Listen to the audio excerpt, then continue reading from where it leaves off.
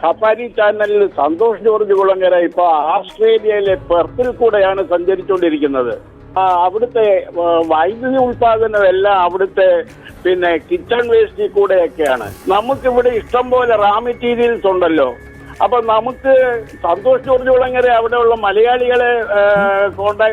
മലയാളികളുമായിട്ട് സംസാരിച്ചിട്ട് അതിന്റെ ഡീറ്റെയിൽസ് അയച്ചു തരാൻ പറഞ്ഞിട്ടുണ്ട് രാജേഷിന് തരുന്നതിന് വേണ്ടിയിട്ട്.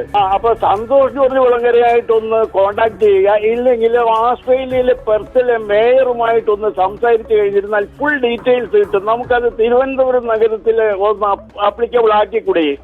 തീർച്ചയായിട്ടും ആലോചിക്കാവുന്നതാണ്. മാത്രമല്ല ഇപ്പോൾ NTPC BPCL ഇപ്പോൾ ഗോവയിൽ BPCL ചെയ്തിട്ടുണ്ട്, അതുപോലെ തന്നെ NTPC വാരണാസിയിൽ ചെയ്തിട്ടുണ്ട്, ബ്രഹ്മപുരത്തുണ്ട്.